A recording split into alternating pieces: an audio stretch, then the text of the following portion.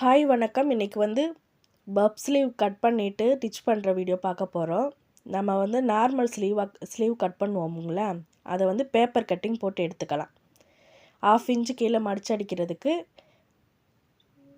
5 inch வந்து height, 1/2 inch shoulder join பண்ணுறதுக்கு.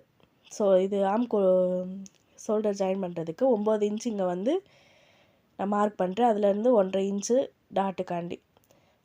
அந்த ஹேப் ஹைட் வந்து 2.5 இன்ச்சு. இந்த 9 இன்ச் எப்படி வந்ததுன்னா, நம்ம பேக் சைடில் இப்போ ப்ளவுஸாக இருந்தாலும் சரி, சுடிதாராக இருந்தாலும் அந்த பேக் சைடில் வந்து நம்ம தையலுக்காண்டி ஷோல்டர் விட்டுப்போங்களா 1/2 இன்ச்சு, அதையும் அதிலேருந்து நம்ம சுற்றி 1/1 பார்த்தோன்னா எவ்வளோ கிடைக்குதோ அதுலேருந்து 1 இன்ச்சு மைனஸ் பண்ணால் அதில் வர்ற கிடைக்கிறத 9 இன்ச்சு. அந்த 9 இன்ச்சிலேருந்து 1.5 இன்ச்சு நம்ம தையலுக்கு எவ்வளோ விட்டுருக்கோமோ அதை மார்க் பண்ணிக்கலாம். 5.25 இன்ச்சு கை சுற்றளவு, 1.5 இன்ச்சு தையலுக்காண்டி.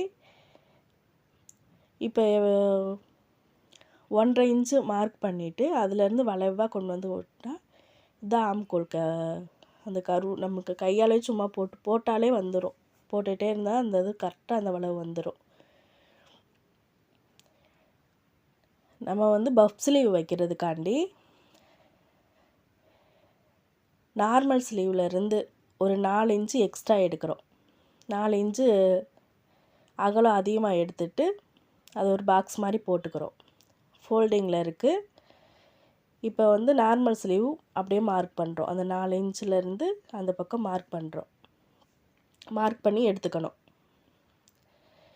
இந்த மாதிரி எடுக்கும்போது பஃப் ஸ்லீவ் வந்து நம்ம கையில் வந்து நம்ம எவ்வளோ பஃப் வேணுமோ, ஹைட் வேணும்னாலும் இதில் ஏற்றிக்கலாம்.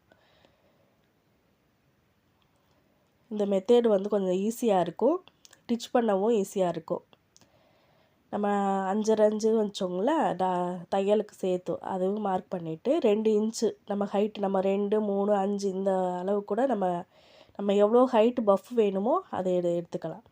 அதுலேருந்து 1.5 இன்ச்சு மார்க் பண்ணிவிட்டு அப்படியே கொண்டு வந்து இந்த பக்கம் நம்ம நார்மல் ஸ்லீவில் இருந்ததில் அதில் 1.5 இன்ச்சு மார்க் பண்ணி 2 ஜாயின் பண்ணிக்கணும்.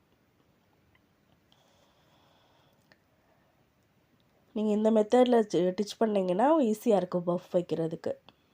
இது நார்மல் பஃப் ஸ்லீவ் தான், இது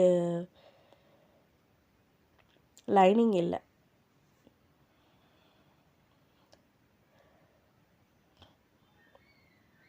கட் பண்ணி எடுத்துட்டு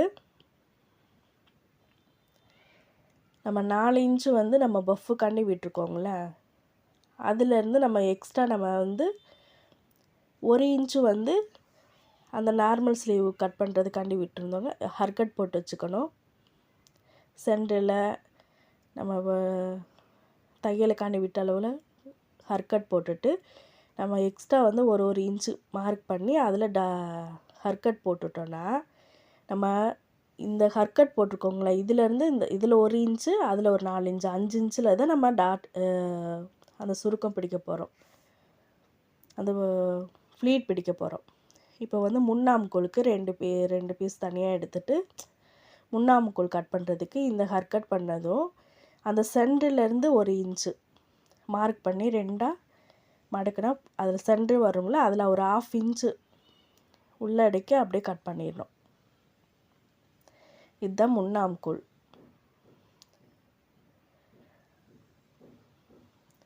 முன்னாம்கோல் எடுத்துட்டு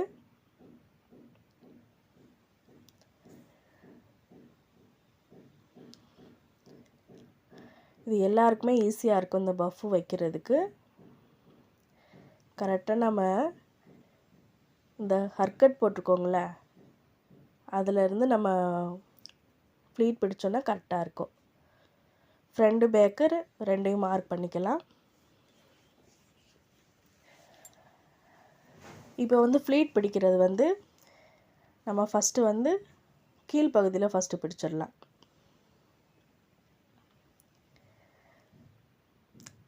அந்த 1 இன்ச்சுக்கு நம்ம எக்ஸ்ட்ரா மார்க் பண்ணியிருக்கோங்களா, அதுலேருந்து ஃப்ளீட் பிடிச்சிட்டே வரணும். நல்ல பக்கமாக ஃப்ளீட் பிடிக்கணும், உள் பக்கமாக பிடிக்கக்கூடாது. நமக்கு பெரிய ஃப்ளீட் வேணுனாலும் வச்சுக்கலாம், சின்ன ஃப்ளீட் வேணுனா நமக்கு வச்சுக்கலாம். இந்த பஃப் ஸ்லீவ் வந்து நம்ம எல்லாத்துக்குமே ஃப்ளீட் வைக்க தெரிஞ்சாலும் வைக்க தெரியாட்டியும் கூட இது ஈஸியாக இருக்கும்.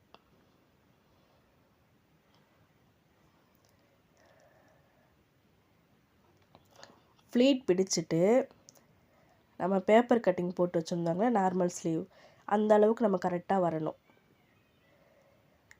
ஃபோல்டிங் பண்ணிவிட்டு அந்த பேப்பர் கட்டிங் பண்ணோங்கள அதை வந்து 1 பை 1 கீழே வச்சு பார்க்கணும். கரெக்டான அளவுகள் வந்திருக்கான்னு பார்த்துட்டு, அப்படி அதிகமாக இருந்தால் இன்னொரு ஃப்ளீட் கொஞ்சம் இந்த சைடில் ஒன்று அந்த சைடில் ஒன்று சென்டரில் நமக்கு வர்ற மாதிரி 2 பக்கமும் ஃப்ளீட் பிடிச்சிக்கலாம்.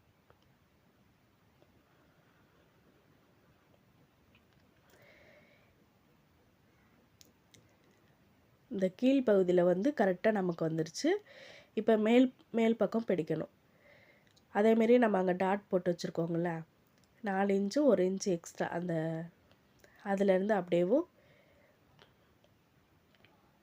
ஃப்ளீட் பிடிச்சிட்டே வரணும். இதில் ஆப்போசிட்டாக நம்ம எப்படி கீழே ஒரு பக்கமே வரோமோ அதேமாதிரி மேல் பக்கம் ஆப்போசிட்டில் பிடிக்கும்போது இந்த பஃப் வந்து பார்க்குறதுக்கு நீட்டாக இருக்கும். எப்படி சொல்கிறது, 2 பக்கமும் ஒரே பக்கம் பிடிக்காமல் ஆப்போசிட் பக்கம் அந்த ஃப்ளீட் பிடிச்சோன்னா அந்த சுருக்க வச்சோன்னா பார்க்குறதுக்கு நல்லாயிருக்கும். கையில் போட்டோன்னே நல்லா பஃப்னு தூக்கியிருக்கும். சின்ன குழந்தைங்களுக்கெல்லாம் அழகாக இருக்கும்.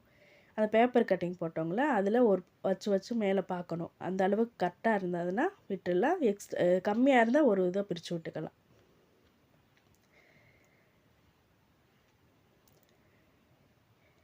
இப்போ வந்து கை கீழ் பகுதி வந்து இந்த பிசுறு தெரியாமல் இருக்கிறதுக்காண்டி 3 இன்ச்சு அகலம், ஹைட் வந்து அந்த அளவுக்கு எடுத்துக்கணும். இந்த கிளாத் அளவுக்கு எடுத்துகிட்டு 2ஆக ஃபோல்டிங் பண்ணிவிட்டு 1/2 இன்ச்சு நம்ம மார்க் பண்ணியிருக்கோம் ஸ்லீவுக்கு கீழே மடிச்சடிக்கிறதுக்கு. அந்த 1/2 இன்ச்சிலே நம்ம கொண்டு வரணும். உள் பக்கமாக அந்த ஃபோல்டிங்கை இந்த பக்கம் வச்சுட்டு உள் பக்கமாக வச்சு அந்த பிசுரெல்லாம் உள்ளே போகிற மாதிரி 1/2 இன்ச்சில் நேராக தையல் போட்டுக்கணும். ஃப்ளீட் பக்கம் எல்லாம் நல்லா எடுத்து விட்டு கரெக்டாக நம்ம 1/2 இன்ச்சு தான் நம்ம எக்ஸ்ட்ரா விட்டுருக்கோம் தையலுக்காண்டி.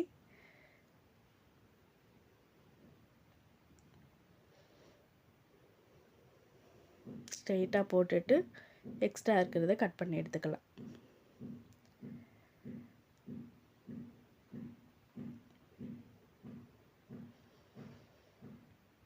எடுத்துட்டு அந்த 2 ஃபோல்டிங் இருக்குங்களா, அந்த ஃபோல்டிங் வந்து நல்ல சைடு கொண்டு வந்து அப்படியே ஒரே மடக்கு தான் 1/2 இன்ச்சில் மடக்கிட்டு அதுக்கு மேலேயே அந்த படிமான தையல் நல்லா போட்டுட்டோன்னா அந்த 1/2 இன்ச்சிலே போடணும்.